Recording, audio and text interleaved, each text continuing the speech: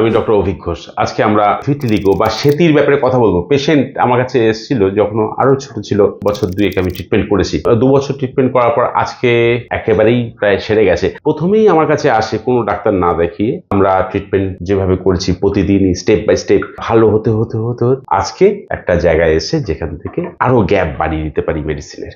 বলো, তুমি আমার কাছে এসে যখন শুরুতে কিভাবে ওষুধটা কাজ করছিল, কতদিন টাইম লাগছিল? প্রথম কিছুই হয়নি, তারপর 1-2 বার খাওয়ার পরে আস্তে আস্তে কমতে শুরু করলো।